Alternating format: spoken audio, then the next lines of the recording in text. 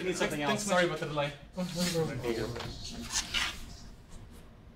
Okay, so welcome to the joint group meeting. Today we have a special speaker, Daniel Ramirez, who is practice of the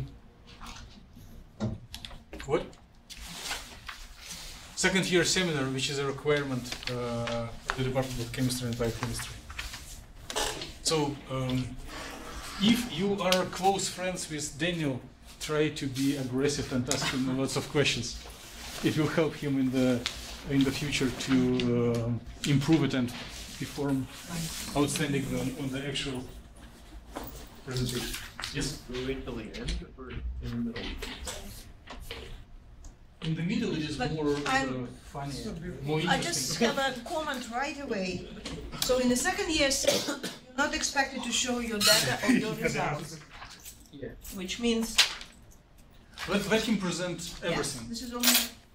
Exactly. Which is not yours, and starting on this page, this is your results. This is not the format of the, and not the purpose of the second year seminar, it's only literature review. I thought that the department also said that it couldn't be on your main research topic. No, they changed it. Oh, they changed it. Okay, so it can be on your main research. Yeah. Okay. And mini and maxi now also can be on your main PhD project. Oh, that is lame. That is so much easier. Except that now mini and maxi has to be done by 6th semester. He is expecting to have mini and maxi in spring. Oh. Because now it's related to your PhD project, so it's just a piece of cake, right? Hopefully. So that has now been voted in. Mm-hmm. Oh, wow. This is already the policy. If I think he's lucky, he can choose the old policy, same as you were working on. I think you still have a choice. That's what Dr. Rogers told me. 27 credits. I mean, as regular one, right? And then I guess your mini maxi can also be in a third year, according to the old policy, right? In a third year rather than second year.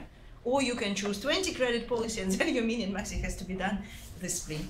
Oh, now the new students only need 20 credits of lecture? Just 4 core courses. Inorganic, organic, physical chemistry, and the political chemistry, which is called, with a beautiful name, Advanced Survey. Oh, sorry. Advanced Survey in Analytical Chemistry, in Physical Chemistry, in Organic Chemistry, in Inorganic Chemistry. Oh. Which is already the title, survey something kind of introductory part, right? And advanced means it's beyond introductory level. So we already have contradiction in the title right away. But this is how it works. I guess now. if they need to, yeah, okay. So for the purpose of today's talk, I'll be mentioning a brand new material called perovskites. Well, not that it's new, but it's just getting a bunch of traction in just recent years, where it started off at a low percentage of yield of photoconversion, about 2.9% when it was first introduced, like in 2011. And then in recent years, it's been, well, up to currently, it's been around a percentage of about 23% conversion rate. So in just less than 10 years, it's seen almost a 20% increase. So hopefully, if it's continuing such a bright future, we could probably see up to conversion rates to about 30%. But yeah. So on slide 5, you show that. Just a second, slide 5? We still have slide number. Yeah, I know, but he shows the graph of conversion. But it's too early. I'll Let's get wait to till...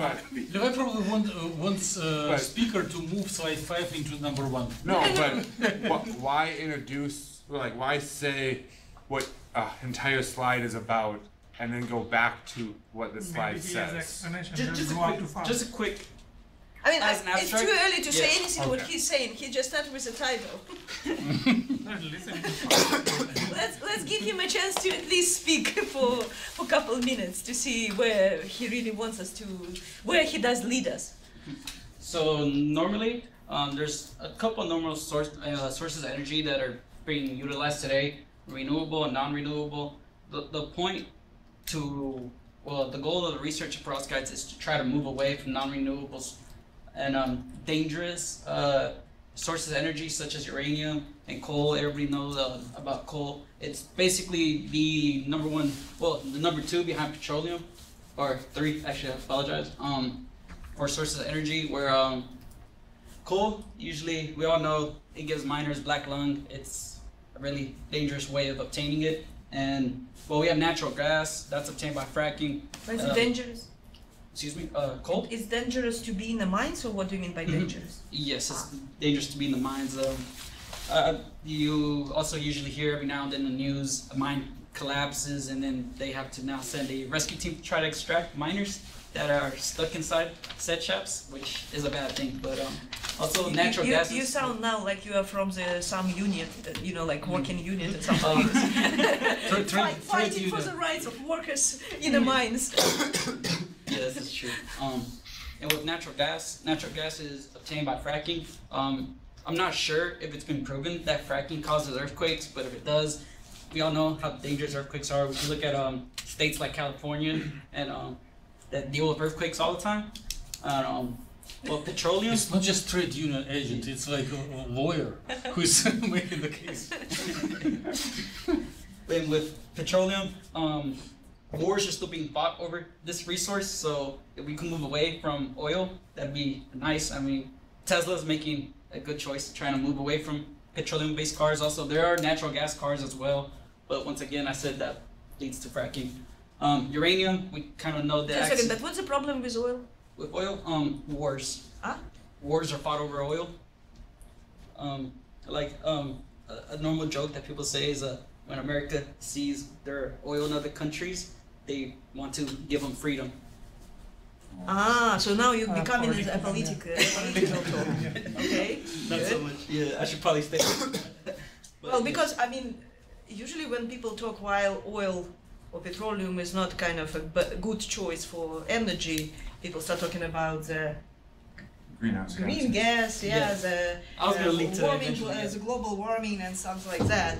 But you find the political issues. Okay, good.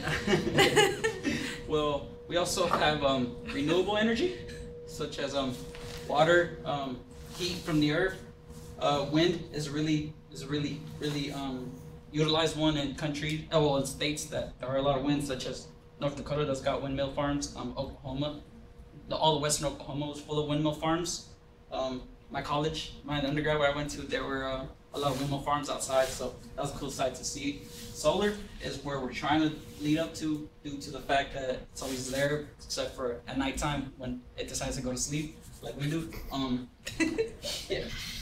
So we could also see a breakdown of the American usage. So petroleum is used the most, natural gas, but these are just percentages into a pie chart, if you like to see that stuff. And the current goal, we're trying to raise the renewable energy higher than 11%, but the problem to that is renewable energy is sort of expensive-ish at the moment, and it's not really high conversion rates that we like to see, but it is being improved over time. So what is the goal of this slide? The goal of this slide, to talk about the types of energy that are out there and being utilized. But I think this to lead us to the idea that we really need to work harder and better on solar energy resources, right? Okay. Yeah. But then probably you need to clearly, Move again, on quick. it's not, right now it was just general information, Okay. but you should really end up each slide with something really related to the next slide, to your final destiny, Mhm. right? Yeah. Somewhere in the middle, Like where you really micro conclusions. micro conclusion for a specific slide, or Okay. just leading to the main taken home message from this slide, right? And I guess this is what Japet was Yeah. also. What is your micro conclusion? We want to see an increase of 0.8% used by Americans, or globally, in that case, not just Americans. Try to see that higher up to cases such as petroleum, natural gas, where about a third. But then, I would say you put open question. Showing this data, it looks like we definitely much better doing with wind right now, right? Mhm. And even with what is it? hydropower or water dams. Oh, and just stuff water, like that. yeah. And even biomass is a green technology kind of petroleum is, or not petroleum, how we call it, is definitely much more advanced, in a much more advanced state rather than solar energy. Mhm. So then your reason is that you want to focus on this because it's so less advanced, or because it really provides much more advances. If we can make it work, then it would be much better solution rather than wind, rather than water and so on. That's exactly what my next slide Okay, is gonna talk about. then again, lead us to this next one. Okay. So no one will stay with this question. You finish it, so it would be a very natural conclusion.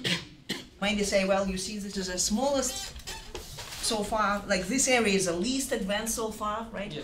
While it really provides a great benefits, and the next slide will explain why it provides a great benefits comparing to the other solutions, right? Yes. Okay.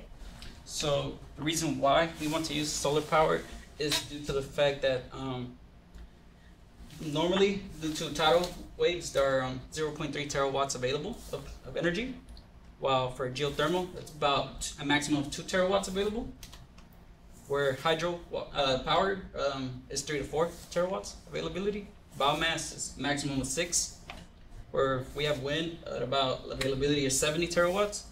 And then we have the big picture right there where solar power, there's 23,000 terawatts compared, so almost over 1,000% of energy available compared to the already more powerful methods that are available. Yeah. Is this per year? Yes, per year. There you go. Sorry. That was the next one where I was gonna say, globally, the world about 18.5 terawatts per year availability. So being able to harvest over that will be beneficial. So then I have a question. If you have a 25 to 70 available in wind, it should enough to get your world energy consumption 18.5. Why we need to bother about all other things? Because wind conversion isn't the greatest at the moment either. It's But still being worked on. wouldn't mechanics and fluid dynamics easily increase the availability of that power compared to years of research in developing solar panels, the materials, and all of those? Right? So you could more readily make wind now than solar. The thing that's important is 18.5. Do you think 18.5 is going to stay there for long? You can find in the Google, this is current usage, right? Yes, it's 3 years ago. Oh, sorry. I couldn't find even it not current. So, but you probably can, it's better to find in a Google, it's showing the sketch, how it grows, and estimate how it will continue growing. And it's exponential growth. It looks like I was gonna leave it to the next. Then it's a answer to your question, right? So, to your question. So this data, if you return back to your previous slide, this 18 or whatever units, which is in 2015, in 10 years will grow probably 10 times. And then your wind power will be not able to overcome this problem, right? So yes, so Yeah, China and is this is- currently doing a It's only much for China? better. Yeah. So PR China, I think I don't know what the PR stands People's for. Republic. People's Republic of Yes, China. People Republic of public China. relations. As you can see, they're I doing- don't see blue. It's really thin. That's the Americans. We don't really care about It's it. more like Malaysia, is a green one. Oh, it's very close to the green, okay. Yeah. So yeah, that's like I said, Americans, we love oil because I don't know. It's just Wait. No, this is What just- is here? It's production of annual production of gigawatts of solar energy. solar. Yeah. Oh, You solar need the title. yeah. It's not clear. Oh, sorry about that. So I was surprised when Malaysia put it using. Yeah, this was from the Journal of Photovoltaics, so I forgot to assume that it doesn't say solar energy. But Make yeah, sure you reference the other slides as well. yes, I forgot to do that as well. So yeah, China's doing a really great job of annually over time increasing solar energy due to the fact it's renewable, it's that much cheaper.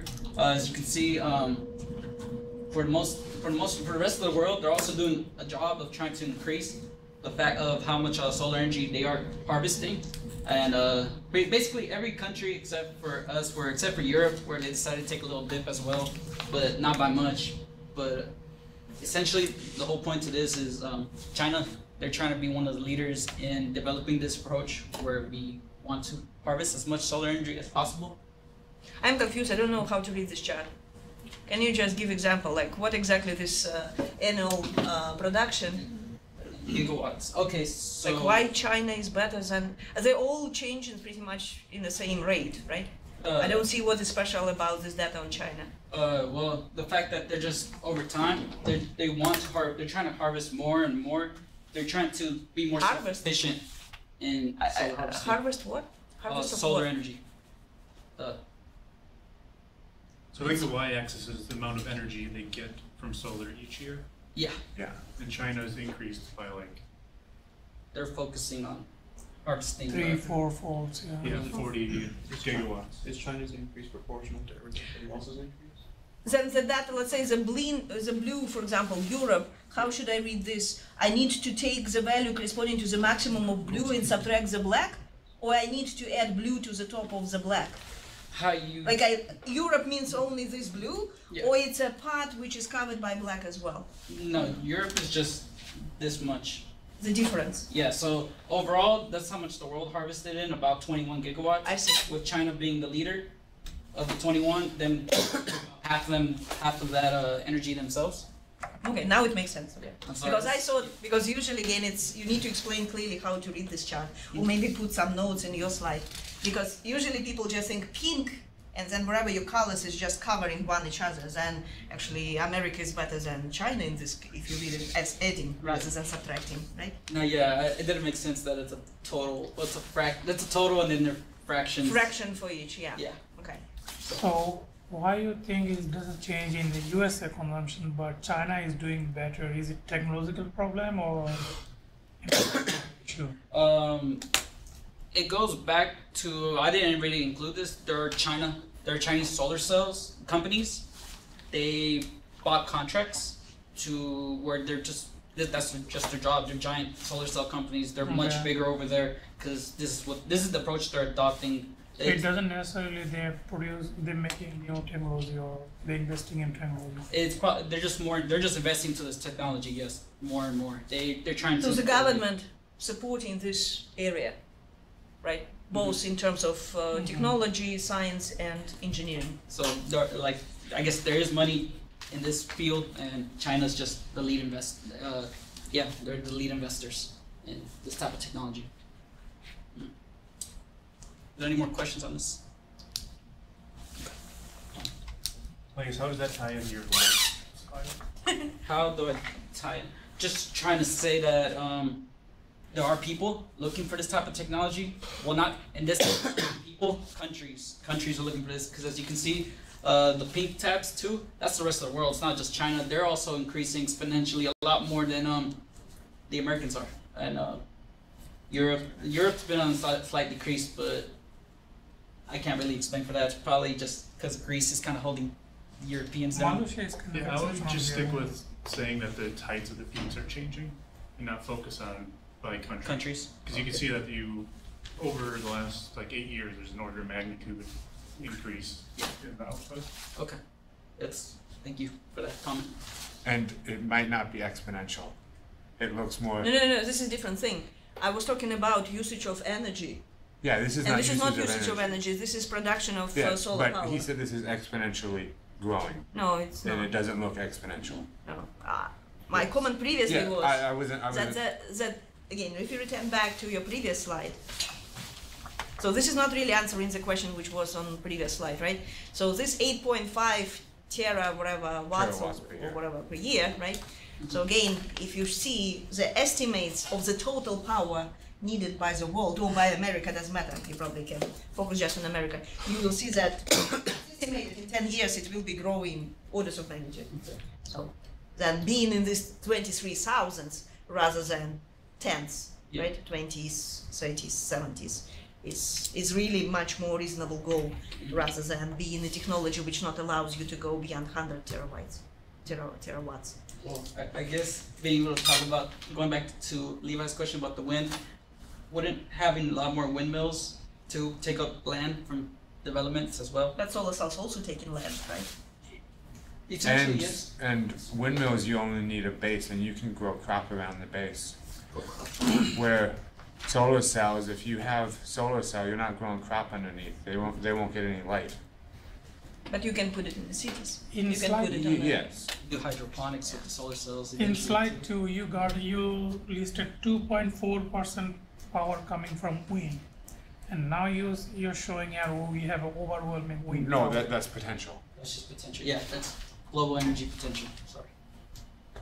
But again, it So looks that's like, not extractable, maybe, right? but this is all limited, right? Yeah, it's not. It's how much there is available, but not how much is actually consumed. It's how much is being produced. That's how much. That's where that 2.3 is coming from. Oh. So there's this cell. When I was mentioning, I guess that little video doesn't do too job. One of the goals of perovskites is right there on this side where the red oval's at is the growth of perovskites. So as you can see, it's been a steady incline, a huge increase compared to many other technologies when they first came out. So comparing that, you can see hopefully we're looking at higher percentages where when it first came out, it was turned out to be about less than around 13% conversion rate, where right now currently it's sitting at 22.1 when this was taken in about 2017. Where one of the main goals to perovskites is trying to reach the point where this blue circular line, where it says Sanyo, Panasonic, these are silicone cells. These are currently the cheapest ones on the market at the moment. Perovskites have a future where they can reach that point to where they are equally as cheap and reach higher conversion rates that silicone offers today. So that's technically one of the goals and game goals. Perovskites is trying to hopefully reach the point that silicone cells are at today. Any questions on this? The question is that no one can read what exactly this table tells you. It's too many information. Okay. Too small. So maybe you may want to Zoom in. Just a little fragment that you are showing so that it occupies the whole screen. Okay. Yeah. So I'm sorry for this. Yeah. I have a question on the previous one. So you kind of said, but why are you focusing on the red line when I see a bunch of other things above it? Oh, so these are really expensive cells. They're more for military use because they use a lot of rare metals. So for everyday practical use for humans, for civilians, I don't think it'll be a current thing. These are more for like latest military technologies that we're probably not gonna get our hands to anytime soon. We might get it eventually if they do find a way how to make rare metals not rare, but that's besides the point. So you said silicon. Where is silicon on this? Blue, right? Silicone is right here. So silicone currently has 25.6% efficiency. Another way how you can do it again with PowerPoint, you use PowerPoint, right? Yes. So you can really make this kind of circles and say extremely expensive. Extremely expensive. Yes. Something like moderate. I'm sure I'll get the same question that gets. What about those? Moderate price versus efficiency, right? And Yes. you can, and then like your highlighted red one is making sense as well, right? When Okay. you explain it. Mhm. And then people probably don't need to worry about all the small details because you really point, you focus, you attract their focus to the main kind of features here. And what about the green, by the way, since we talk about it? What is it? The green, cadmium. Oh, it's a quantum tellurium. dot. It is a thin film channel. Okay, so it's in a kind of nanomaterials. Where's the conjugated polymers? Because some people Oh, they are in the probably next very low. attendees of your seminar could be involved in conjugated polymers, organic photovoltaic. They're not Where reaching are they? 15%. They're in the bottom. What about the gallium arsenide type things? No, why you're It's not probably also focusing goes to the quantum dot nanotechnology, right? on- No, that's close to 30% something like that. So you say conjugated polymers? There are no, because it should be No, 15%. the red circles on the bottom. Organic cells, various types. Organic cells.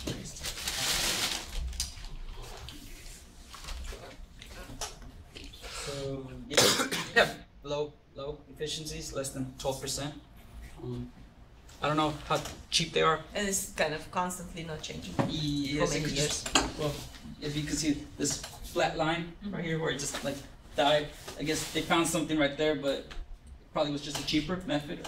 So I know So the that system- there are organic cells that are cheaper than all of these. But efficiency is The low. efficiency is trash, Yeah. but the electricity cost is lower than, I think, even coal. cheaper. Cool. But that's also not commercial yet. Oh, the cells you were talking about? Yeah, the cells that I'm talking about are not commercial yet. Oh, because it's many factors you need to consider, right? It's price for the manufacturing, it's price for providing 1 watt per Yes. whatever, right? And it's price for, not the price, the stability, Yes. how long it holds, and probably some other factors as well. Well, of course, the ecology, I mean, green approach and so on, so on. Can solar cell have 100% efficiency? Can solar cell have 100% efficiency? That's a question. In theory, we'd like to, but we haven't found or adopted a method to find 100% efficiency. The question is why? Is it possible? Why have we not been able to? Lack of technology? Who are Shockley and Quisser? Or Shockley and Quizzer? People I've not heard of. So we agree that they did discover that the efficiency of solar cell cannot exceed some very humble limit of about 35%. We cannot achieve 100% efficiency. Why? Okay, I will put it in a different way. Why and how the energy is lost in your solar cells? Why we have losses? Thermalization? And a little bit more on it. What do you mean by this?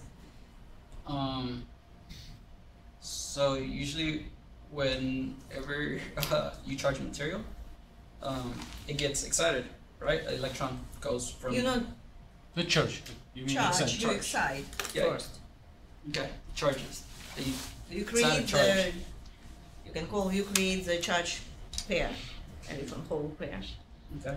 And well, when that happens, the charge moves, and well, And this is your current. This is exactly with the purpose.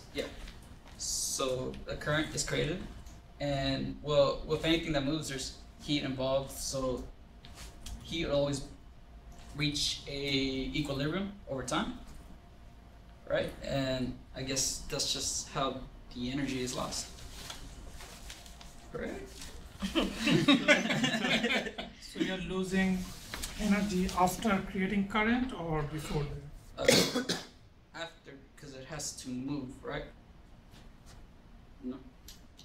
So probably when you lose do it before. when you do your dynamics, you excite, then what happens? It will relax. Relax after to Low the energy. ground state the Yeah. bandage, of bandage. Yeah. and then once that's done, it can be removed to your anode and cathode, right? Mm-hmm. And then it will couple, right? Yeah. So when it relaxes the homolumo, or whatever you want to call it, what has it already done? It's excited. It's giving off its.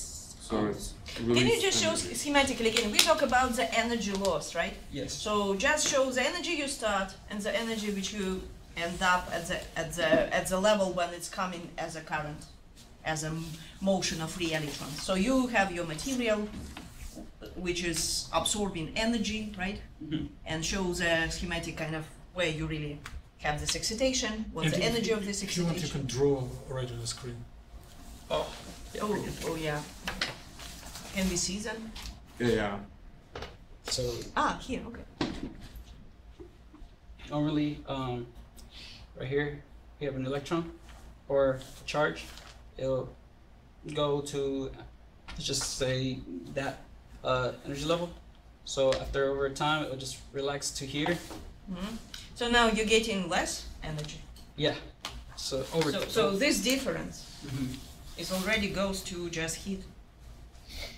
Yeah, because this thermalized to the lowest unoccupied lowest state. Yeah. This is where it can kind of move to your anode, cathode, or whatever you call it, the LEDs, and finally goes to the current, right? But now you have much less energy already comparing to what was provided as initial excitation. Yeah.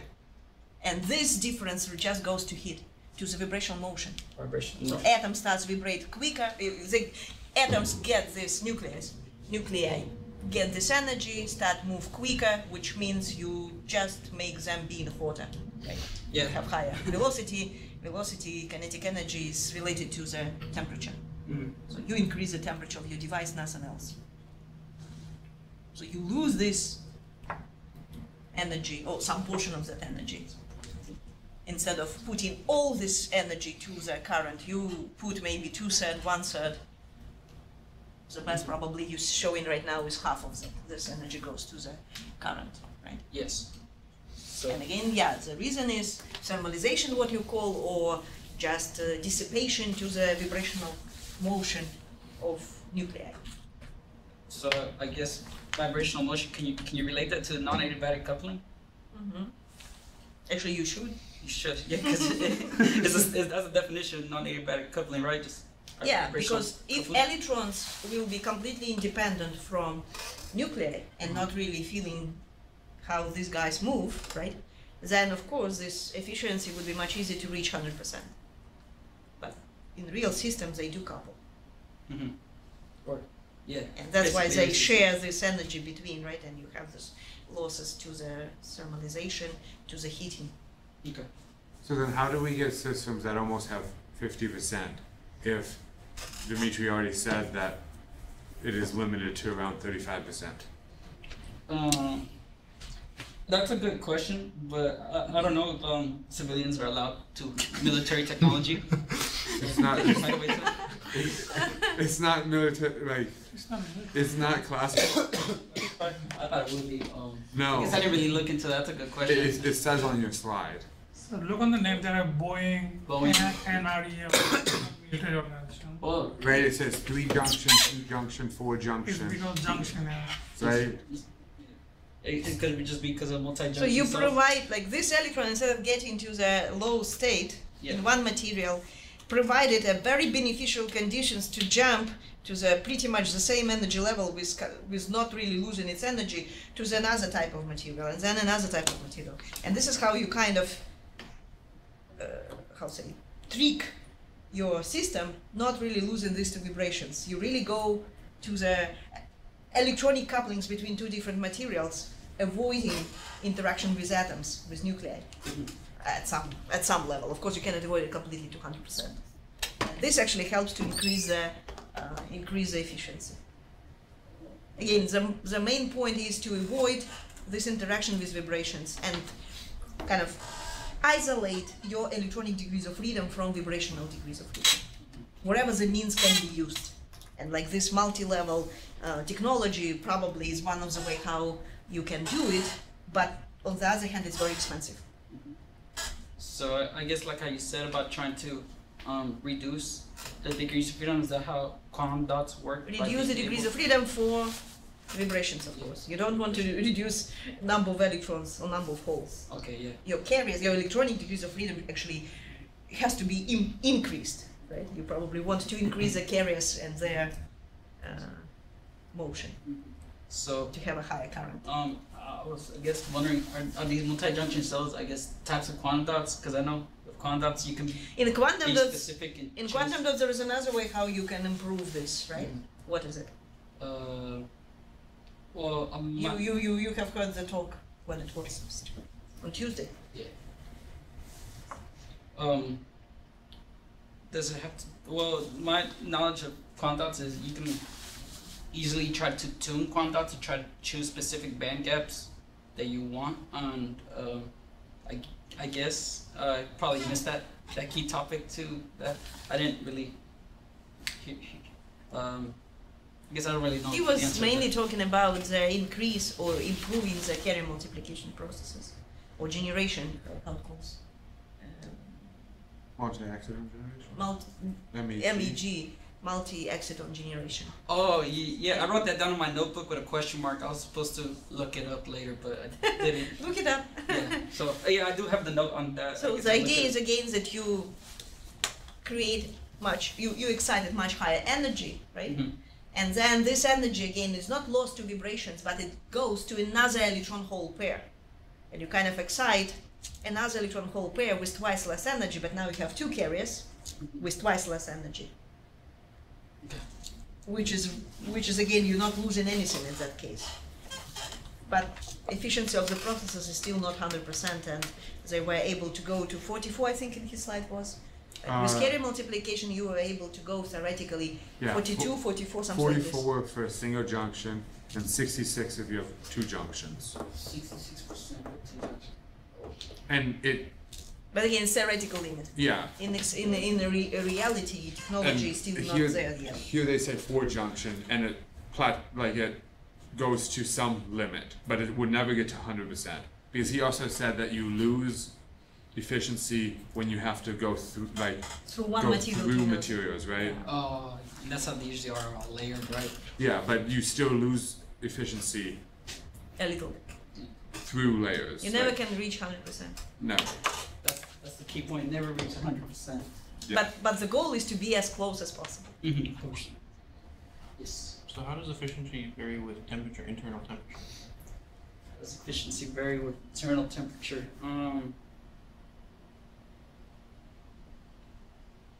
Wouldn't that also have to, I guess, take place with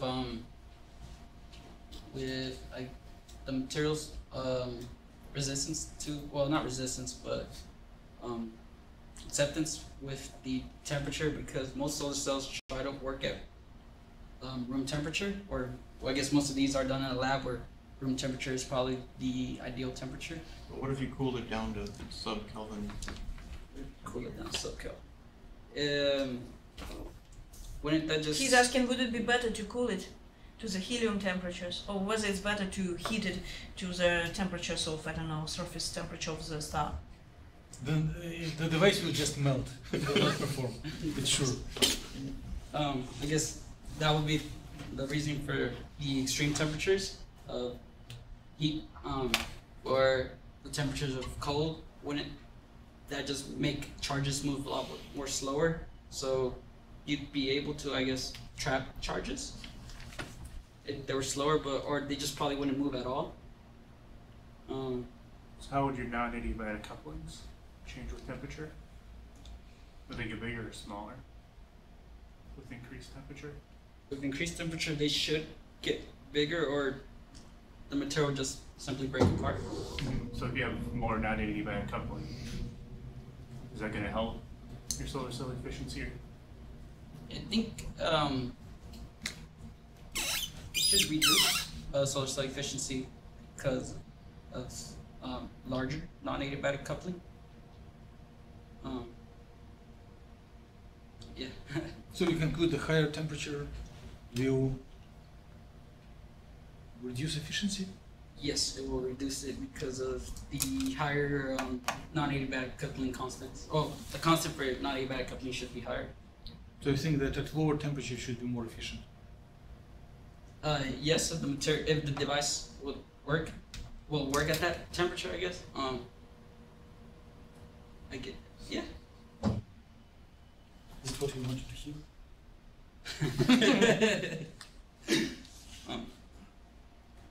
Any more questions? But honestly, this slide might generate a huge discussion, and you really put in yourself in a situation to have many, many questions. If people want to ask questions, this is the easiest slide to ask a lot of questions. But then it's a perfect slide. Time is. If you want, no, they might ask after he's done with his presentation. But everyone wants to go to the dinner, so people will not sit longer. Yes, than 2 but hours. he's also being graded. I mean, So if they ask a question, he can't answer it, then that might affect his grade. Well, I mean, on Monday, Sierra's questions took as long as the session did. So, but again, it's no why, because her talk was too short. She No, was but- done like in 40 minutes or even less. That's than 40 how minutes. long it took to do it. Well, but she was like I say, her time was really extremely short. Longer, then you need less. I think it was just they were very interested in the topic. I think so too, because I think Olivia's was 40 The minutes. biochemists were. Honestly, I don't think they were very much interested. They just felt that there were some holes there. Yeah, maybe. So, good discussion. I appreciate it. So sorry for this slide, but it's gonna be more polished, I promise. But so there's two types of applications we have: photovoltaics and LEDs, which stand for light emitting diodes. So how photovoltaics works is H bar or Planck's constant, omega. What? H Oh. H bar omega. Okay. Okay, so photon energy. Yes. So I was leading to. You scared me for a second. I thought I said something wrong. No, I think we were both thinking. The Because you have H whole- plus there. Oh, that's whole. I'm Yeah. sorry. Yeah. And like I said, it's work in progress. So it'll be more polished. It's just I wanted your comments on this. If this is a good approach for this. So, well, photovoltaics. How that works is we get light, excite material, where we separate the charge from hole and electron, and with that separation of charge, we're able to recombine and continue. Recombined where? Recombine where Or you combine what? No, he told charges would be able to recombine. Which charges? Plus and minus? Uh, Electron and hole recombination, or which one you talking about? with When the current goes through a Yeah. circuit. Yes, Recombined that's circuit. he's expected to answer this. yeah, recombined circuit. So current. Well, I mean, no, What is your yellow there? yellow for here. Just read it, yeah. Continue. Yeah. Continue. Maybe contacts? LEDs. Contacts. Contact LEDs. Okay. And what on the other side then? Should you have a contact on the other side as well? Yes. I guess the PV and LED was covering that, but yes, it should also have that. It'll be more polished. So you should have both contacts, right? But one will be kind of going to the negative charge particles and the other ones for your holes. And of course the potential, you should have a difference in the potential between plus and minus charges. So when they connected together, then you will have a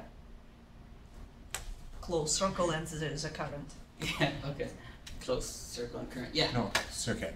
Circuit. Circuit. What is circuit? Circuit. Just in case. Circuit.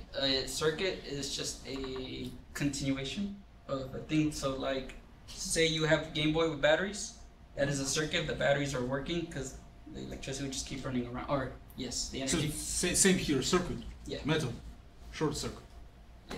Yeah. So I guess how batteries work in battery operated devices. That's a circuit.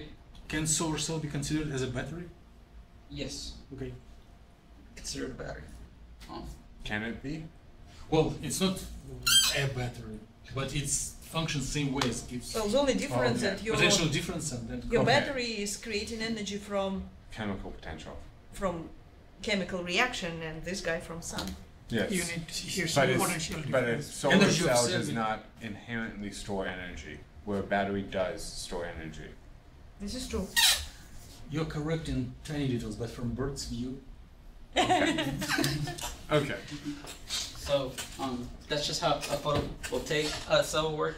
It will recombine. The circuit will recombine, or the charge will recombine with the said circuit and continue forever and ever until the device is weak. I don't think we call it recombine. This is not the right language to use.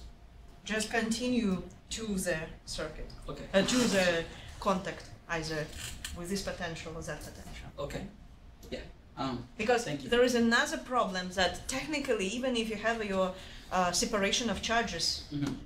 they steal like your electron might return back and takes the place of hole. And this is what we call electron-hole recombination. Okay. And of course, then you're losing your carriers. This is a bad process, but it's still there. It can happen. So it's another thing why you need to think about. First of all, you want your charges to be separated, and electron from holes, right? You want them electrons go one way, one contact, holes should go to the other contact, right? Yeah. And you don't want them to recombine, kind of return back to the ground state. Doesn't matter when they do it. In your initial material where you excite, or they can even recombine when electron is already moving to the other material, but your hole stays in the same material and they still can recombine. This is still a bad process.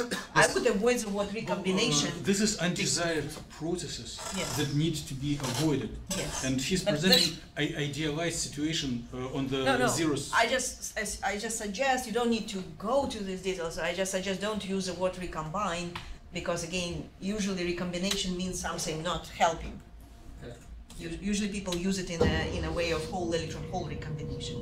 So just say that it just continues moving to the contact, something like that. Okay, thank you.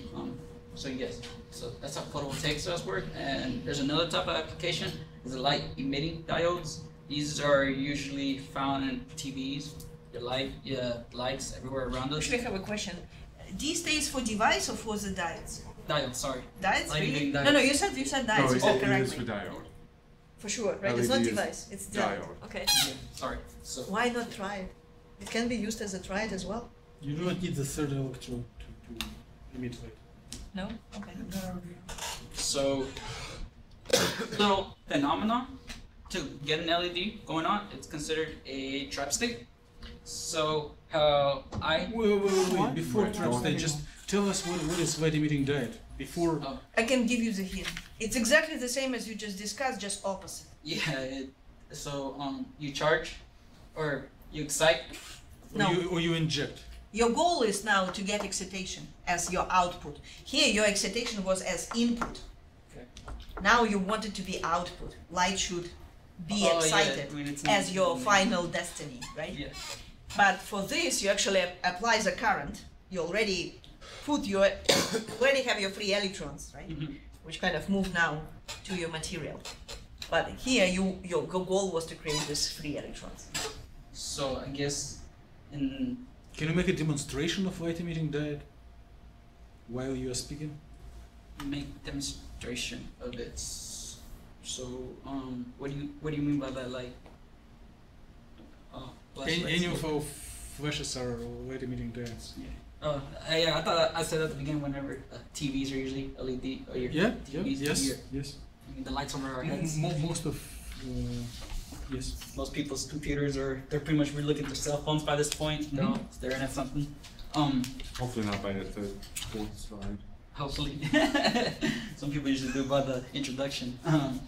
This is a good way to attract the attention. So Just there are. like, guys who are looking on your phones, by the way, your phones work because. Yeah, that's a good way to put it.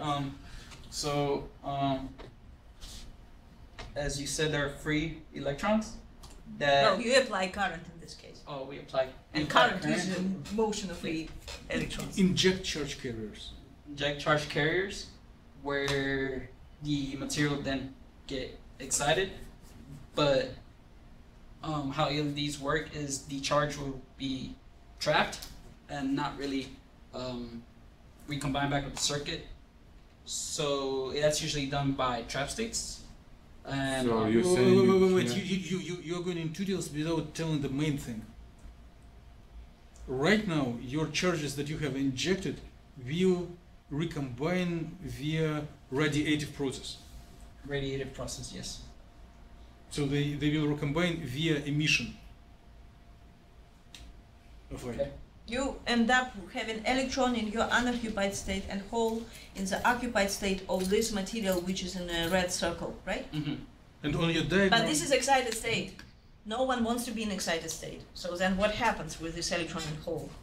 In the excited state, They want to go to the ground state. How Yeah. they do it? Emitting light or So radiative electron emission. returns back, kind of taking the place of hole. And if the material already has a property that the low state are optically active, means they really can emit light. They have non-zero transition dipole moment for these states. Then it will goes down, low in its energy, and this difference in energy goes as a light, as the energy of the electromagnetic wave, of whatever this red, infrared, blue, ultraviolet, whatever your energy gap is allowing. Where does wavy red arrow with a label h bar omega, Where's it going to? It going down. is it going inside or outside of your device? It is going outside. In the light emitting diode. Yes. And where it goes inside or outside in the photovoltaic device? It goes inside. So that's the difference. And again, this is your kind of input. You need to shine light first to get the current in the photovoltaic devices, and he's completely backward processes. You first apply electricity, right, the current, and force your material to shine light. Okay. It forces shine light. Yeah, I guess that's the whole point to light emitting diodes. So do you need a trap state to emit light in an LED? Because you've said trap state Or it's better several not to have times. it. For the most part, it's not. It's better to not Avoid have it. Avoid it, yeah. Yes. That's basically the goal is to. Then you should not talk about Then trap don't say states for trap this state. slide. Should not talk about trust at all. Okay. So here you present idealized devices Yeah. without parasitic processes. But for like Aaron, he does magnesium dope, which is a trap state, which is needed. It's a It's different. not It's not a trap It state. is It's a intermediate intentionally state. created. It's same like in something. a laser. You would not call it a trap state. Yes. You specifically Like in a dope. Ruby laser. You this dope your material with like chromium ions and so on, right, to create the intermediate long living state. It's not a trap state. It's a different story. It's Yeah. actually emitting. It's highly emitting state with a very long lifetime. Yeah. The word trap has negative connotation. Very bad. So, yeah. So what does the def mean? Non-relevant. It's just Okay. a picture of my phone that I took. Okay, so this is like a snapshot. Should it be of like more stuff. definition? Yes, it should. Okay. That's what it stood for at first. I was trying to define Okay. photovoltaics and LED. Well, the applications. Yeah. You can find a lot of these diagrams online, by the way. Yeah, this is kind of a last minute Yeah. added addition to my slide. I But- apologize.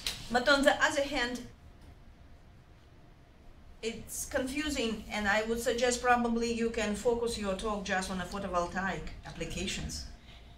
And again, even if it's related to his PhD, it doesn't mean that it has to be exactly on the point to his PhD. Because otherwise it's making really confusion. So then all your previous presentation was about photovoltaics.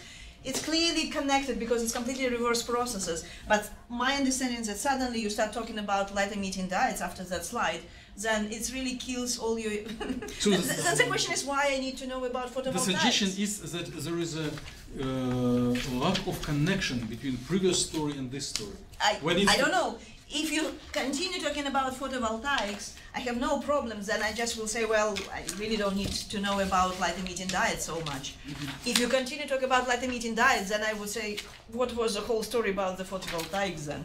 Why not to start with light emitting diodes right away?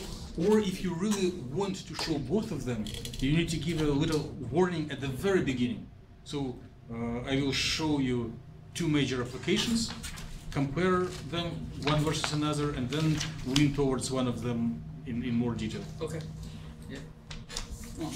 So, yeah. But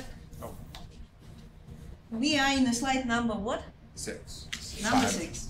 So even if you spend about 1 or 10, well, suppose 2 minutes, it's already your 10 minutes of your 40 minutes talk should be 40 minutes I total? think like 40, 45. Okay, so it's already 1/4 of your talk, and we still don't know what exactly you are going. Like, what it still looks like it's. We don't know where you like. It looks like you were talking about photovoltaics, talking about perovskite, saying that it has a great future, great promise. Yeah. Some organization wrong. But it's probably really time right now, maybe next or in. But I know that I see your slides. I know that there is no any question address, like any slide addressing my question. So maybe tell me what exactly your goal in this talk, what exactly you're going to present in this talk as your main subject, as your main question. Before it was background, right? You already presented all this background, so what? Then, So, where are you going to lead me next? perovskite is a new photovoltaic material. You already showed it. Wait. No. You already have shown it in your previous. Go to the previous slide. Previous slide.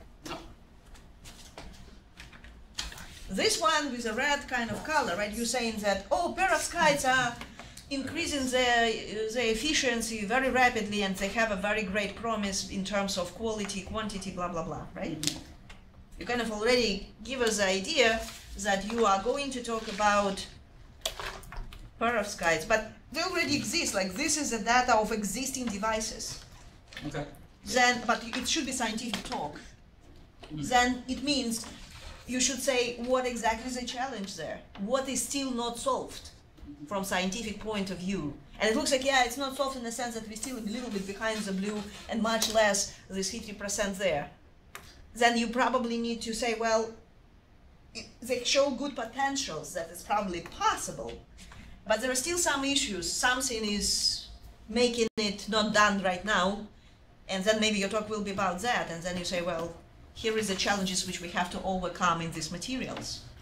Or maybe you're taking completely different paths, I don't know, but you need to say me what exactly is the next more detailed, more focused approach, and what is scientific in your talk will be next. Okay. Is there a similar table for efficiency of light emitting diodes? Probably. I didn't really look into that. I just know. I've just known this type of chart existed since about 5 years ago. But maybe I missed that. What was the title of your presentation? It's a work in progress, but yeah, perovskites is the thing. Is the placeholder for it? It will help us So no go title to yet. your No title yet. talk. It's just a placeholder more. So when do you have to have your abstract and title in? Is it next? I have my speech is on October 27th, so the week before. I should try to. So that's because the I think 20th. So you have about because I think 15 days. they sent out the abstract the day after. 2 weeks. The person before. Do you have he does something it, on your mind or now? after. Huh? Do you have something on your mind now? Something like maybe? Well, before going to the talk, again, We tell don't me have what any you're going to goals. discuss after Then, that. That's goals we still question. work on this. Because Yeah. if I understand, there are no words except a few in your next slides. And my understanding, and again, I'm not going to go through your discussion of your results because this is not related to your second year presentation. So then it looks like all the information which you're showing after that slide is about light emitting diodes. So technically you're having two talks in one. One is about photovoltaics, which again says, perovskites are good for photovoltaics. That's the only thing which I can learn so far for your 15 minutes of your introduction. And then suddenly you start talking about photovoltaics, saying, it's just opposite processes. So let's take perovskites for photovoltaics and make them good. So Do you see a problem with your logics? yeah, I'm talking about two different applications in one talk, which isn't a good idea. Because You to refocus my attention as a listener first, and second, I still don't know what exactly is the message you want to pass to me.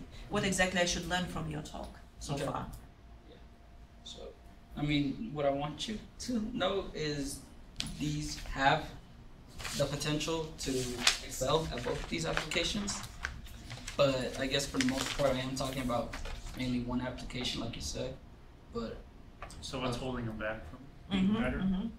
holding them back from being better, It's like a general. Not as good as other guys. not as good. Due to the fact that other guys probably have had more substantial years of being worked on compared to perovskites are pretty much one of the newer ones, except for some of the more multi-junction But ones. this is not scientific reason.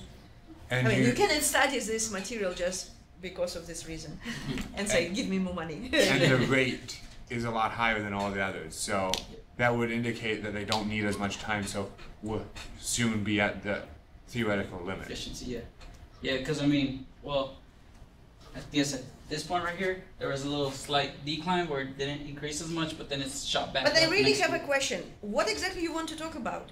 You want to talk about the how to solve the problem of perovskites and photovoltaics, or how to solve the problem of, and what exactly is the problem of perovskite and in light emitting diodes? Which one? I guess diodes is the one I want to try to solve. It's probably more money in that sector for I have a feeling that this is what your supervisor wants.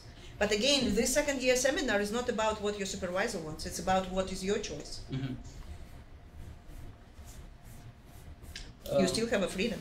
That wasn't true. Yeah. Because if you go to LEDs, all of the first 4 slides Can don't, be, don't yeah. relate to LEDs. And again, even either with LED or either with these guys, Yeah. the question is what, What is holding them back? Erin question, what is really the main challenge in this field so far, which we really need to address as soon as possible to make them really in the top of this panel, or to be the best light emitting, and again, what exactly the problem with light emitting devices, the diodes is also, you didn't even touch yet, right? Yeah. So, okay, let's move to the light emitting diodes. What's the purpose? We have so many devices working already, the technology is there. Plus, we have organic, it's very different, like Dmitry says that, oh, shows the same efficiency for the light emitting diodes. It would be completely different story for organic light emitting diodes. They are really showing very great properties as light emitting diodes and have no any problems as they have for the photovoltaics. There are huge amount of materials which showing very good properties as emission properties, right? So then again, the question would be why perovskites? Why perovskites? That's an excellent question. So I have a question that will help relate to that. Do you know the maximum efficiency of an organic LED?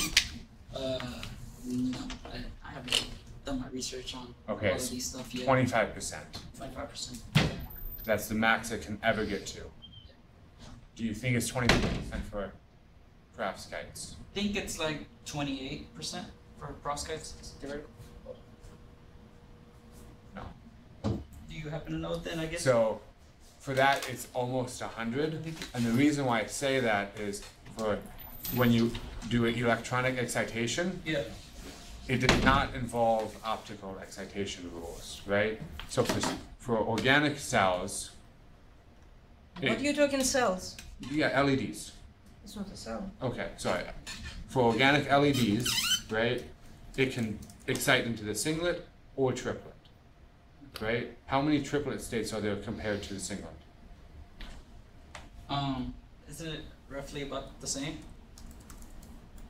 Oh, it's in the name itself, isn't it? Yeah, so there's 3 triplet, 1 singlet, right? Yeah. So if you have 3 triplets, and now you excite to those, or spin flip emission, are those optically active? Spin flips? By the way, Levi, with internal quantum efficiency of organic light emitting devices, it's approaching 100%. So, you're 25% not really right according to the Wikipedia. So, at least a year ago, they were saying that the maximum external efficiency is 25%, not internal. Okay, So then again, we need to define what you call That efficiency. could be going from singlet states, which singlet states, that's why TADF is so important. While you're talking about this one. Because that's one reason why perovskites can be helpful, because they can reach almost 100%. No, same for the quantum dots. That too. Then why not quantum dots? Or quantum dots of perovskites. Combine both. Yeah. But, That's a good question. Thank you. right, so Yeah. you might be able to look at the reasons for like the Perovskites. difference, because absorption has to follow optical rules, where electrical excitation follows different sets of rules, Okay. right? And then that could lead you to answer Aaron's question of why this over what we currently have. Thank you for that question. I actually cleared out a lot of answers myself too. That was a great question. Thank you. Thank you, Levi, too, for the explanation. By the way, metal organic dyes are also called OLD. Okay. So, and Then there's not this problem, right? Triplets emission is fine. Yes. So, there's But did he answer the question? I missed his No. answer. He doesn't know yet. I don't know yet. But so- you help in. I thought you were saying something about band gap for the perovskites, no? I didn't say anything about band gap. Ah, okay. Then I will ask you, what is a band gap? Typical band gap energy for perovskites? What is typical band gap? About 1.5 to 2 EV volts. And in a spectral range, is it visible, infrared, near-infrared, UV? Daniel, looking on your slides, your answer is on your next slide. Oh yeah, that one. Oh yeah. So I guess it just depends on the color or the highlight anion that you decide to choose with your perovskite. No, but this is for the quantum dots, right? Or for what? Yeah. So Oh, Yeah, that's the quantum. are there perovskites there as well? Yeah, these are based on perovskites. Quantum dots. Perovskites quantum dots. Yeah, this is the paper that Aaron refers to a lot, so I've been told that he loves this paper. And I think before you go, what is the band gap in the bulk materials? Yeah. Is it around 1 electron volt? For the iodine ones, yeah, it's like And one. for the other ones? Can you finger Like higher. on this Huh? spectra? Higher? Yeah. How much higher? But are they really Wait. close to the near-infrared? Can we call The them answer near-infrared? is there. The answer is on the board. So, Daniel, can you explain what you are showing there? So depending on what type of anion you use, you will get a different emission of light. Okay, so there are a series of perovskite quantum dots with different anion. And then each series has a range of band gaps in a specific part of the spectrum. Yeah. Which one in the series, can you please finger the one with iodine? Just approach and show. Yeah, So which one of the three would correspond to larger quantum dot and approaching the bulk gap? To the red or to the blue? for the bulk material? Or is that what you asked? You do show cesium, lead, iodine 3. Yeah. There are 3 peaks. Yes. What is the difference between them? So that's just dependent on what type of. No, they all have iodine. Okay, can you return back to this question and torture him for this? I just answered this question. It looks like if you just look on the bulk perovskites, the band gap is very close to the near infrared. How many other materials we have which can, and they probably can emit light, right? How many other materials we know which can emit light being in the infrared range or near infrared range? Really a few, right? So it looks like, because most of the organic molecules, they have band gap in the visible or even in UV, and much more in the UV rather than visible. But really having materials emitting in the red and especially infrared or near infrared in between is really not many materials which can do it. No. And it looks like if you look on the bulk, it's already in this range. Then the question is, can we make it really be optically active? And can we tune the energy of emitting light, not only by, there's some tunability based on the cations. Well, this is what Dmitry was leading to with these cations, right? Lead versus Or anions. anions, bromine versus chlorine. Okay, so cesium is not making the difference. You see, No, it's, It's just Okay, so it's bromine and chlorine. Okay. No, yeah. Well, I thought they go in a different concentrations, but maybe I'm wrong. Okay, so you can do it chemically through changes this anions, or you can just go to the nanostructures and change it, and then we know the confinement effect, particle in the box effect, changing it through the size as well. So, but the thing is that you already start with you can increase, go into the visible, right, or decrease the energy, go into the larger sizes and chlorine, bromine, whatever. If you really want this tunability, but you already can start with something emitting in the red or infrared, near infrared region. Yeah. This probably makes it much more unique comparing to organic, in addition to this problem of triplets, which again can be overcome with metal organic complexes, which also called organic, by the way. And this probably also might give it a little bit better ideas, or better approach than regular semiconducting quantum dots, although I'm not convinced 100%. You still can have random emitting semiconducting quantum dots or wide perovskites. Daniel, can you finger on the panel D on your Yeah. finger? Finger what? Point. Oh, this right here? Yeah. What is written as a legend? Photoluminescence? Or Legend, not the axis, but legend. Quantum yield of 50 to 90%. So how does it compare to quantum yield of other materials, and what is quantum yield? So, it's Quantum quantum yield of cadmium telluride nanorods is taken as a kind of measurement, as a reference for this type of materials. Everything is compared to the cadmium telluride nanorods, which is going to 100%. But what is quantum yield? the theoretical efficiency that you can get out of it. Suppose. You need a formula. I need a formula. That'll help. Yeah. Guess I didn't really think about that. Written note. Formula for quantum efficiency. Would it be kind of, if you just count number of photons which are shining out? Can you? Can I? Not with my eye.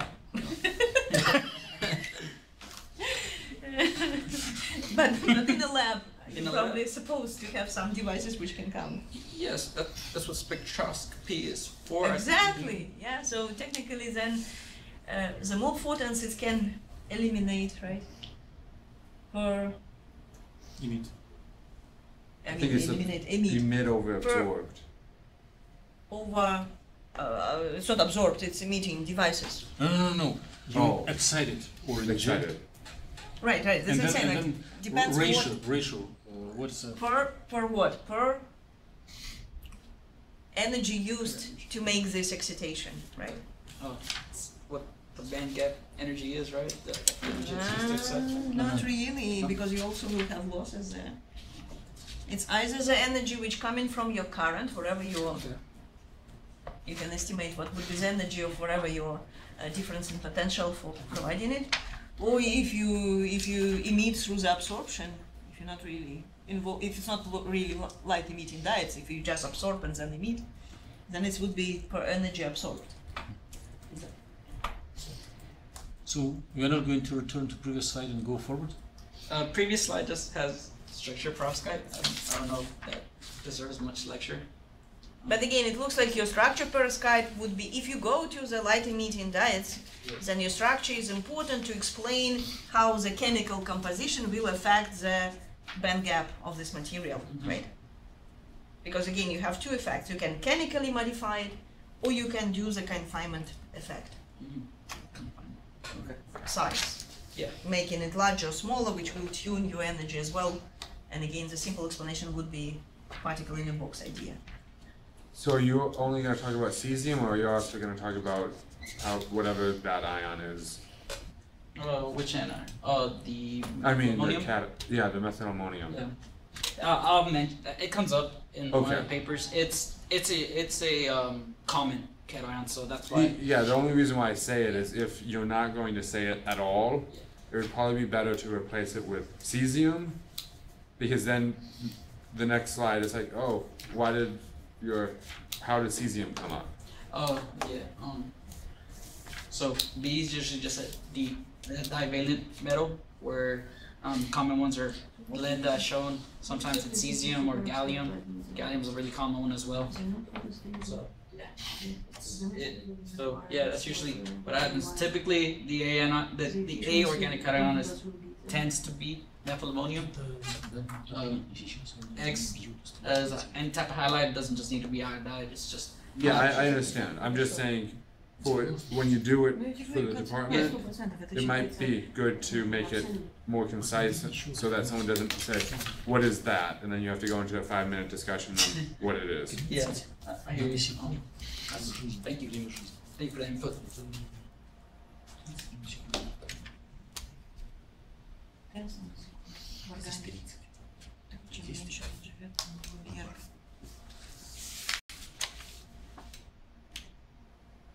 So is there any more questions on this slide, I'm guessing? Did you explain this slide? I thought we had, well, Because we were on the previous, and then Dimitri said go a slide forward. But maybe you had your own plans of what to tell about this slide. well, normally it just, so you get a different type of emission depending on what type of ion you use. Typically, you'd want higher wavelength because it's a lower band gap to excite, but that's just ideal conditions. It doesn't always have to be it. So if you get it near the UV range, the band gap's just gonna be higher, but it doesn't mean that it'll just be worse than using a higher wavelength but lower energy excitation. So up there at the top right, we have the absorption over the photoluminescence. So as the wavelength tells you, it's just a trend that is followed from the absorption spectrum. And plot B has is stating that this material has a quantum yield average of predict to be 50 to 90%, with this chart taking into effect that the recombination rate was about 29 nanoseconds, where most of the materials other than the iodide or this cesium lead triiodide, he is the one that relaxes the slowest compared to just the trichloride one, where that one's not included due to it not showing up at all because of the some effect with the fluoride. Sorry if I can't give you a better example. Explanation for that, I gotta reread that one again. But I know it's due to some effect with the chloride does in confinements. But yeah. So if you had to use one of those for your solar cell, which ones would you use? I'd like to try to use the triiodide one because if the emission is a higher wavelength, it's a lower energy to excite compared to something as near the UV range. But then wouldn't your potential on your solar cell be relatively low? The potential be low. But then he will absorb the whole spectrum. Like a funnel. I think the general theory is like Doesn't have the potential. the optimal absorption is like around What's that called? like 700, 650 nanometer range. So like that's usually like the band gap that outside. So you're saying that about here? Yeah. So if you have an absorber material, that's usually where you want it to be. Thank you. You. So here's a type of spectroscopy that's used to measure the what's it called? The radio recombination rates of perovskites. So this is a optical pump terahertz probe spectroscopy. So how it's done is it uses delta T over T. So the difference between these two pumps, or the probe and the pump, over time is used to it. So one of the pumps is shot through the perovskite film with the probe measuring the point of effect on the film. That is then shot out to the detector. It's all done in the terahertz range. So then with this, it's shot at a different phonon influences. So with this microjoules over centimeter squared. Influences or fluences?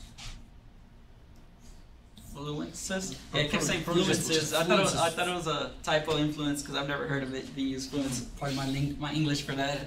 I don't know, I was bugging out on that. So I didn't really know the point to this chart because I sort of figured if you shot something more energy, it start off much higher and delay over time. But this is just how they used to model radiative recombination. And How we read this graph? I don't get it. so each of these colors is a different amount of energy that was shot to it. So the area, it stays the same. It's just the intensity of the light is shot at different intensities. So 6 microjoules, 16 microjoules is almost 3 times as much, as more intense than that, then doubled, then almost tripled again. So it just gets relatively stronger, the light that's shot at. So if I asked you an experimental question about this, could you explain it? Could I explain? Because the previous slide you show a diagram, and if Dr. Soon's there, that is what she does, or somewhat what she Dr. does. Rogers will be there. Dr. Rogers will ask you a question, so if you cannot explain it, Yeah. I wouldn't put it up. Okay. And it sounds like you might not be able to explain it because you said, I don't know why they do this. So make sure you know what you're putting up, otherwise you're gonna be there for 2 hours answering questions and you have no idea how to answer. And before that, why do you need this slide and previous slide? Do you need these 2 slides for your talk? Well, I don't know, I'm just wondering.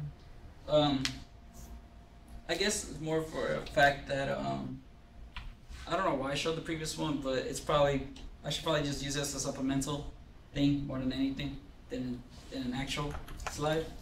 But yeah, you're right on. I just included it because I guess if I include something, I kind of have to learn about it. So I've never heard of this type of spectroscopy before, so I thought it'd be interesting to try to learn it.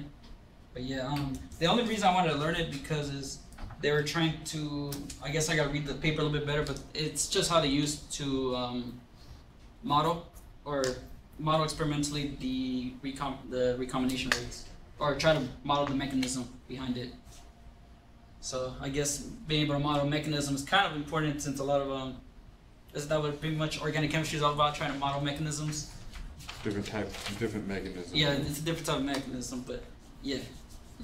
So why is non-radiative recombination important? Why is non-radiative?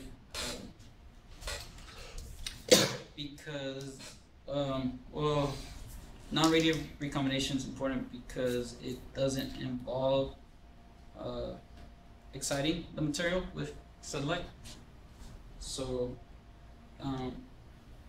we're just including it, just connecting a current to it will suffice. So you're saying that if you connect your LED, it will start emitting light spontaneous without putting energy in it?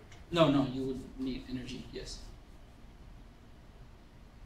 So then what is non-radiative relaxation? So that basically just means that light won't emit. Right, so you have radiative and non-radiative. Yeah. Which one's good? Doesn't that one sort of then depend on what type of application you're trying to apply it to? We're talking LEDs. LEDs. So for LEDs, you kind of want radiative. Yeah, and you want to suppress non-radiative. Yes. Because you're losing photons every time it recombines without emitting a photon, right?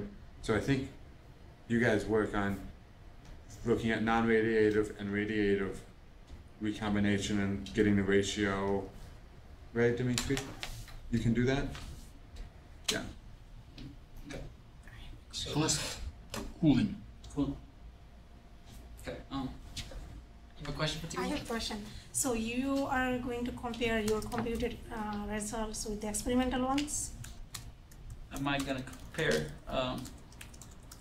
It's nice so you won't be trying to say that you're making up your results. It's good to try to compare to something that's So basically in your seminar, are you supposed to present your research or? No, so I guess I'm gonna cut that part out then.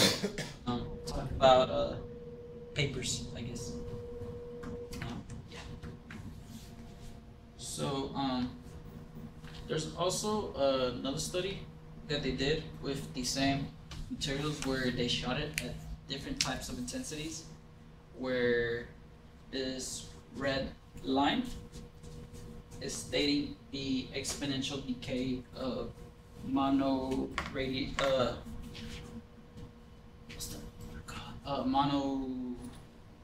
radiative recombination or mononucleic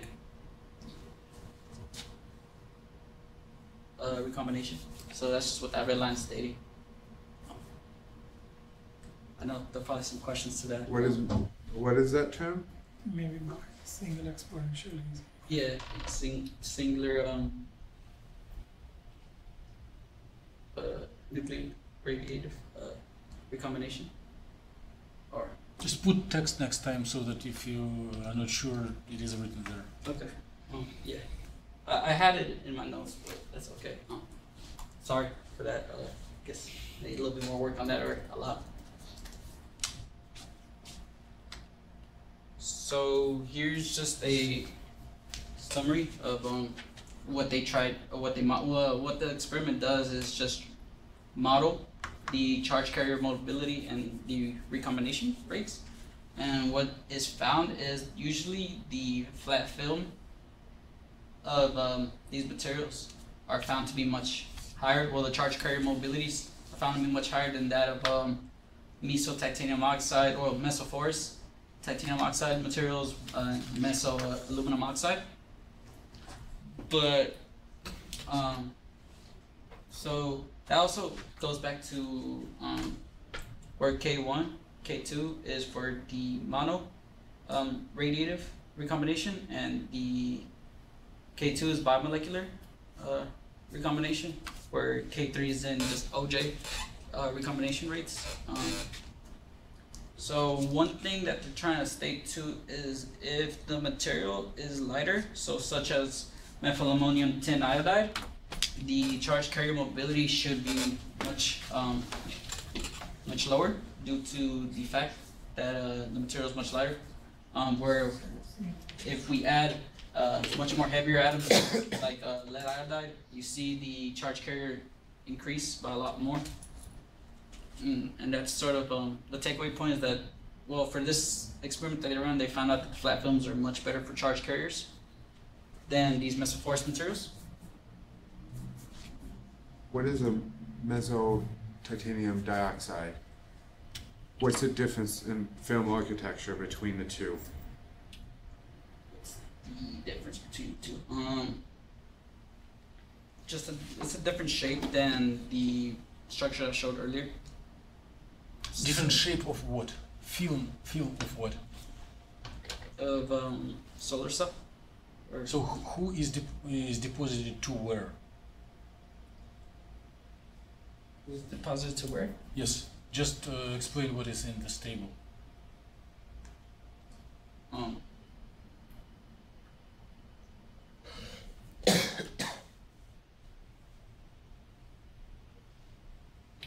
So how your perovskites are designed in space? Are they just flying in the vacuum, or they're sitting on something? They are. So it's not a solution, not colloidal thing. Mhm.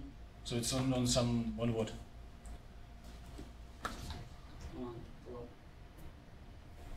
Well, it's a bulk material, so they sit on top of each other. Our world is not made only of perovskites. They're sitting on some other material, right? Yeah.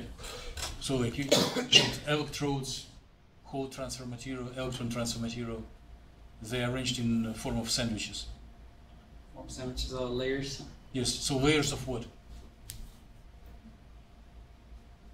Layers of well, I guess they're ligands.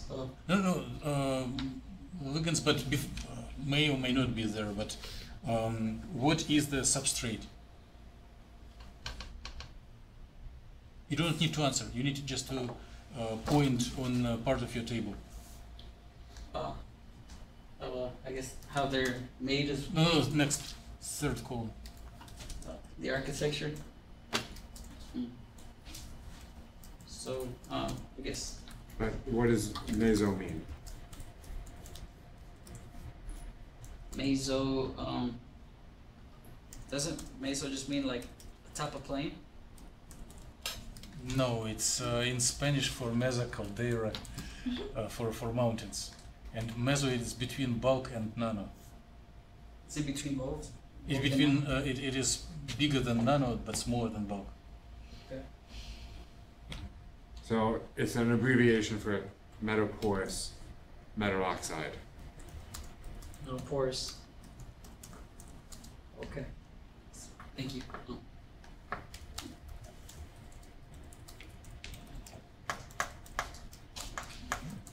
So here's also what they did with what they found out here was what happens when you cut a perovskite structure. Daniel, I have an important question.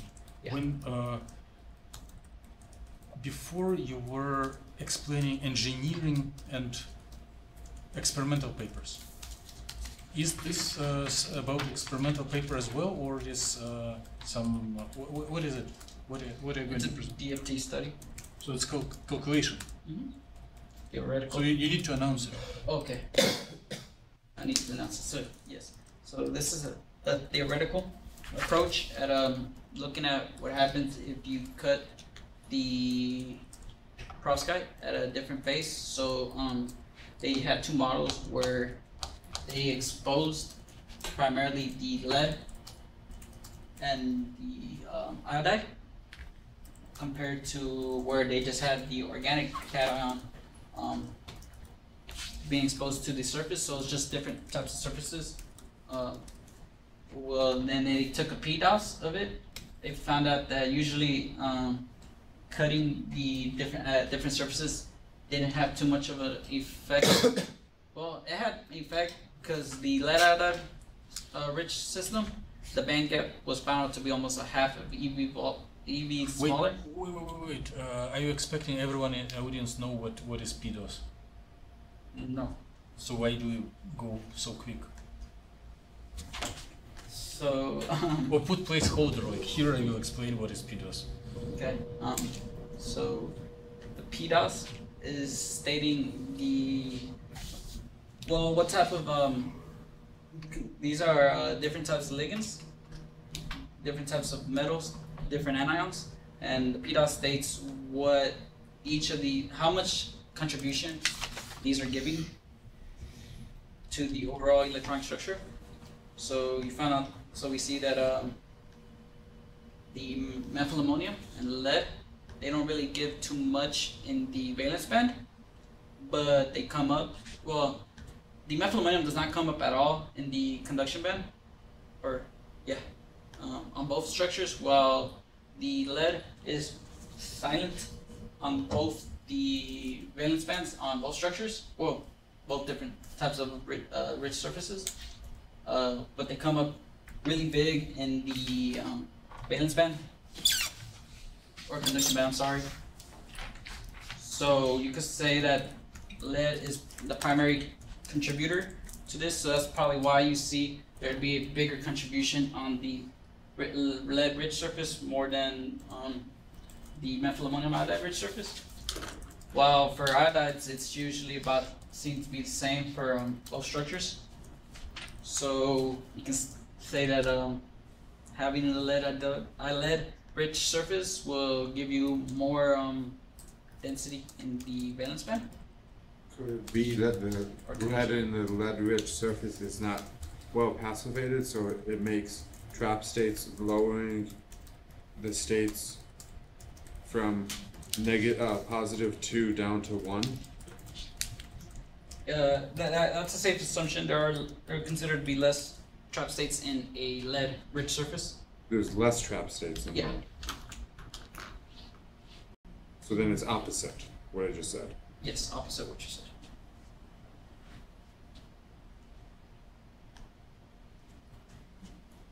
So the band gaps also on the lead-rich surface is found out to be half an EV volt smaller than a methyl ammonium rich surface. So what that means is it's going to take less energy to excite a lead-rich surface than a methyl ammonium iodide rich surface. The tau D in femtoseconds stands for purity phasing time. you can find out that relatively it's the same thing, so I didn't include said chart. They found out to be much the same type of trend on both of them. Well, one of the key things that we should be looking at is the last two things, which NAC stands for non-adiabatic coupling, and that is found out to be almost tenfold bigger, but I'll show that on the next slide. So the tau in nanoseconds stands for the excited state population. So you see that the lead-rich surface is also populated a lot more than the methylammonium iodide-rich surface by almost 8 times. So the charts are given right here, where you find out the population of the lead-rich surface is bigger. I don't know, I just repeated myself on that, but yeah. So what that means is whenever you excite the lead-rich surface, there's tends to be more charges that get excited compared to the methylammonium iodide-rich surface, which is kind of a good thing. So is there a reason why it's kind of periodic in the decay? Well, it's periodic in the decay, is there a reason? It could just probably be due to the fact that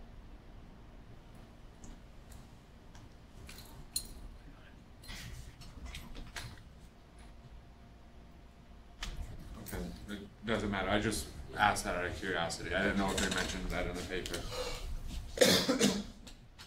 yeah, I'll look into that. I'm pretty sure they talked about it. Yes. How do you come up with the P dots from the dots?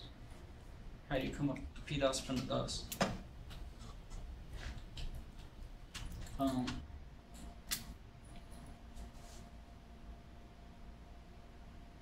Don't you just take the contributions from each atom? You take the contributions from each atom and their local density, and then you just add them up on wherever they're found, whether it's in the valence band or conduction band. How do you partition? How do you partition? Maybe that's a better question.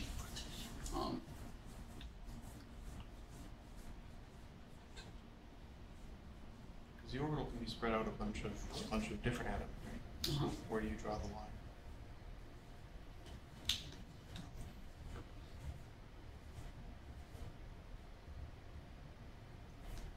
That's a good question.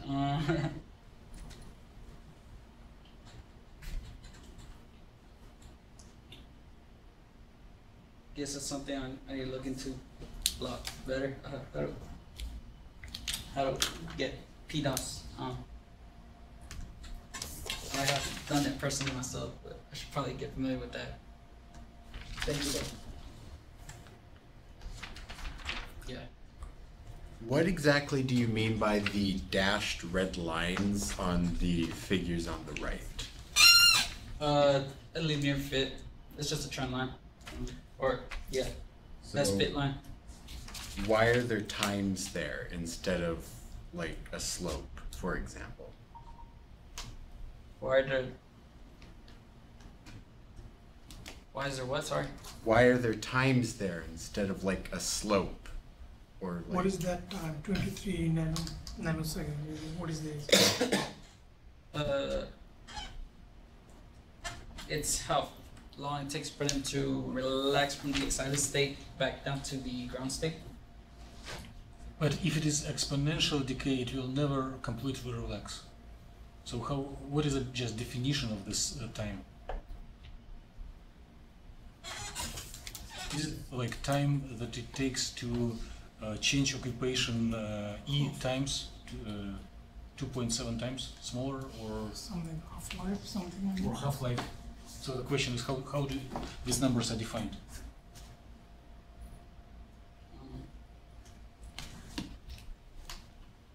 Just look it up for true seminar. Look for what? Look up Yeah. for the definitions before the true seminar. Okay, yeah. Okay, thank you. Yeah. So, To answer it, if you take the first term in the Taylor series, it gives like X over tau, and then you can fit the tau. Okay. Does that make sense? Yeah.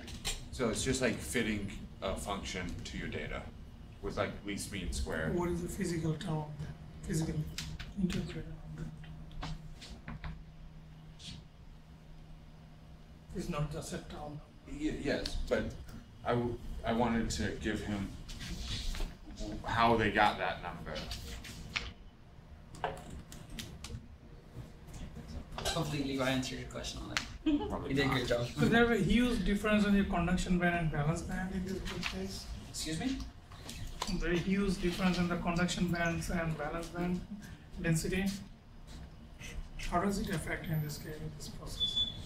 So for the lead-rich surface, there's more tends to be more of a density in the conduction band than say for the Yes, so balance band is more dense, right? balance band is more dense compared to conduction band. yes, you see more of a bigger peak in the valence band than the conduction band for pretty much both of them, but that's due to probably the iodide. I haven't looked into it essentially to see if using a other iodide such as like bromine or chlorine will if you'll see the same effects to that. So that's something to look into. But Don't you have like 3 times as many iodide as you do lead? yeah, but it's a substantial amount more iodides than you do. But is that probably the reason behind seeing them more? That could be one reason.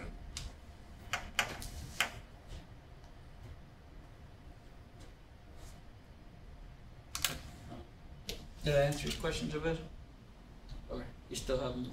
Or did it suffice? Yeah. Any more questions on this?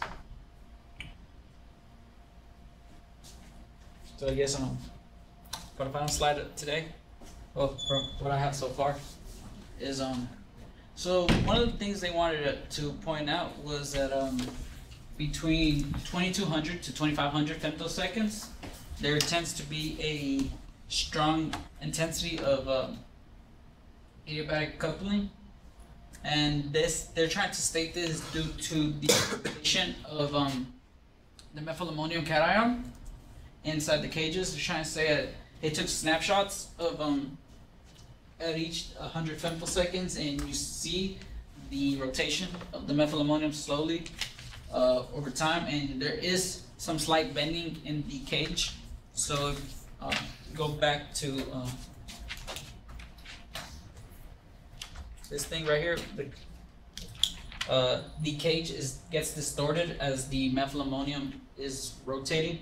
So they're trying to say that is the cause for almost having a tenfold increase of non-adiabatic coupling compared to the lead-rich surface. Not volts, milli-electron volts. Milli-electron volts. It's 1,000 times smaller. 1,000 times smaller. Okay, thank you. So yeah, we're trying to just state that, and because of the non-adiabatic coupling, that they rationalize the excited state population of methylammonium iodide to be much smaller than the lead-rich surface due to the non-adiabatic coupling and the rotating of the methylammonium iodide, which distorts the cage that the perovskite structure is primarily found in. And yeah, I guess that's pretty much it for today's. So, what are your plans to include from the literature? What else do you plan to include? Plan to include. I was gonna pretty much just look at a little bit more of experimental things and that regard non-adiabatic coupling, and probably talk a little bit more about radiative and non-radiative emissions. Try to find some literature on that, and I guess try to make a much longer talk. Just try to fill in the time, because I'm pretty sure I'm at half the time. I'd say that's probably a high estimate. I'm probably at 20 minutes. So yeah, probably find more papers like Levi said, trying to be able to explain the experimental side of things too, or not include it at all. But I'm pretty sure I'm still gonna get asked even if I do include, or they're just gonna ask how the method was and things like that. But yeah, get a much better understanding of this. So, although this seminar is not on your results, can you go to the last slide of your results and quickly tell what is? The last slide of the results? Yes. Yeah. Tell what it is, and try to relate it to your literature review. So this sort of ties back to the last paper I just talked about, where they took two different types of surfaces. My A surface is my cesium-rich surface, compared to my B, which is my lead-rich surface. So what you see in blue is considered to be holes, and what you see in yellow, the hot zones, or where the electron will be found out. So on my cesium-rich surface, it's stating that on the surface of my material, there tends to be holes, while the core of the perovskite has all the electrons incorporated into it. So for charge transfer, this is kind of a poor choice, due to the fact that whenever you apply a current to this perovskite, it will just encounter holes where, with none of the electrons actually being able to escape the core of the perovskite. While on my lead-rich surface, you see the charge. Yes, it's faint, but there is some electrons on the surface, while the perovskite tends to be more the whole, so full complete 180 or 360 from the cesium-rich surface. So that's stating that the perovskite, in this case, is acting as an acceptor, while the ligands are actually accepting, or the donators, or yes, the donators. So they have all the electrons with them. And yeah. Any questions on that? How would ideal result leading to perfect light emitter look like? Both of the surfaces probably have some deficiency and will be not ideal light emitters, but how would this diagram look for ideal light emitter?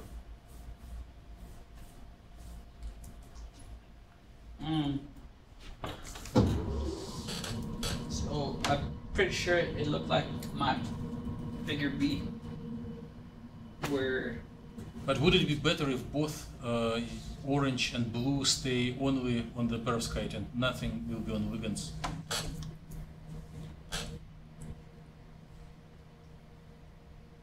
Yes, because then the perovskite would act as both as an electron donator and a electron acceptor. So it needs to be a light emitter, so electron hole needs to be in the same region of space to be able to recombine radiatively.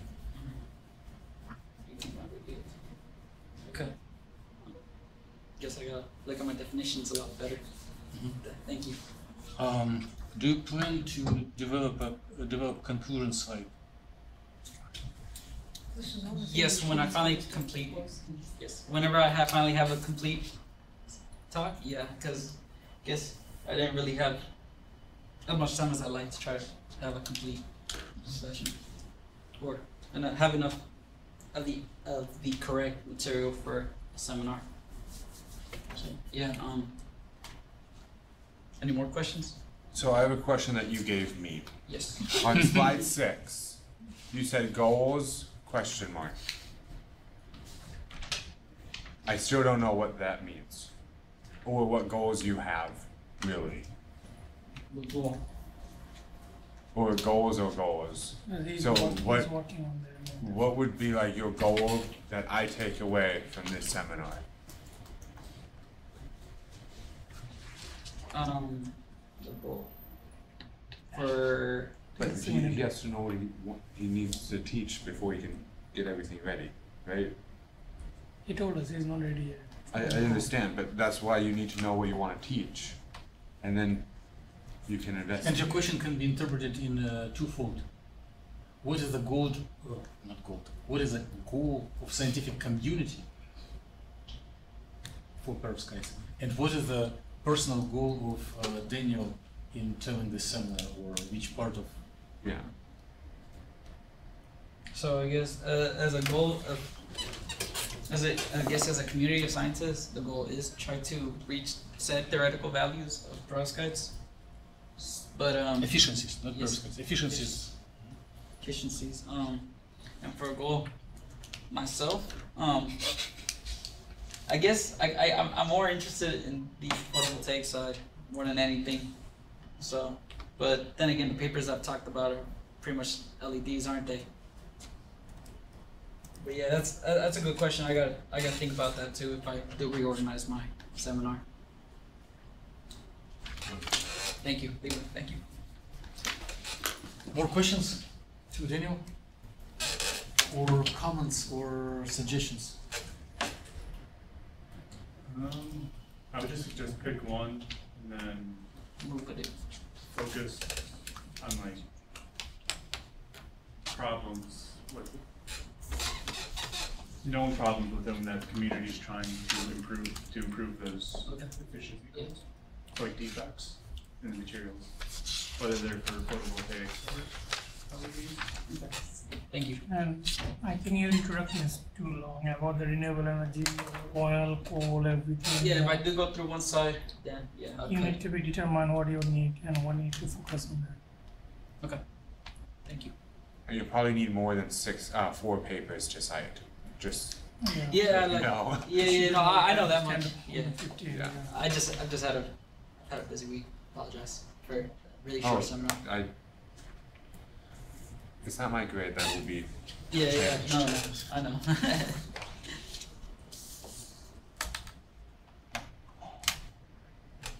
More questions, concerns, comments?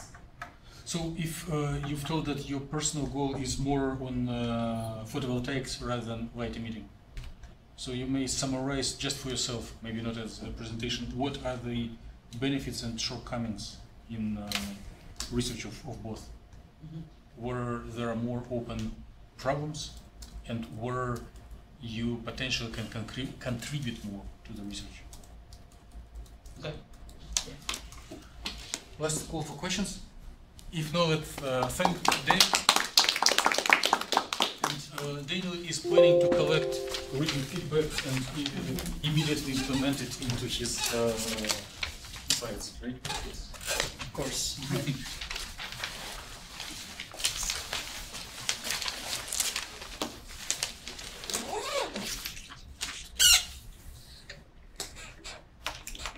Okay, meeting is done. Have a nice weekend.